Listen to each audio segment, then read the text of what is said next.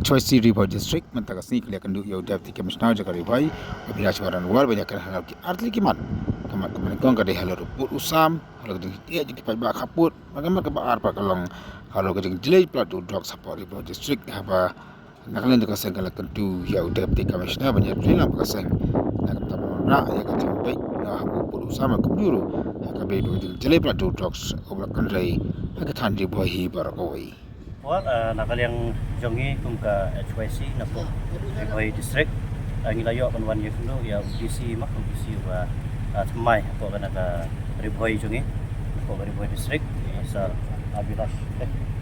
te haga jingya wan ni tolong ka bastunat haga bangilayo kan prisno si pun kami kimat ki ba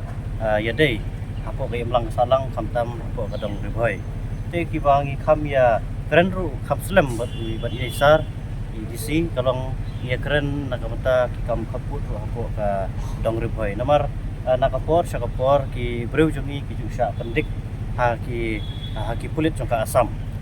habar ki benta let's habar ki benta kaput jongka dong Riboy te ilayo banyak keren ba pada yang jogi disiru ila ong ba nakamata kanega isu kabala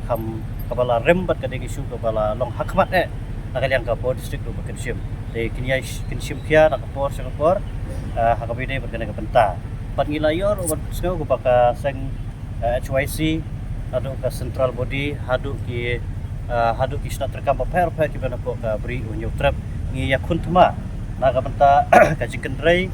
jong udrops lane ka jingkenrei jong ka jingdon lane ka jingdon kinong di nong supply lane kiba penekam lane di drops tinggal ya keren kamslam apa batkan ka kamat ka bentaru bat nakal yang ka jong iru ila sokya sipun hak baidai ka jingkiu stat ka jingpenon kam yo drop supo ka jela Meghalaya te nakal yang jong UDC ula ai ka ta ka jing nakal yang ula ong ba hapo kini sngi kin sadon ka meeting banyak keren lade dan ka meeting banyak perkat hakano perkom ba intel kam ya ka jing kedrai jong le drops te kita kimat ki bagi kami keren masipun kiwi kimat te henry kiwi leti leba ka jingdan jong ne UDC ba meta le se sipun ki isu apa ka dong Riboy ya ngindio pan keren nang ne kimat ban ngisam ba kan long ka kalong ka jigrap ki pa jong ka tong ka than Riboy di borok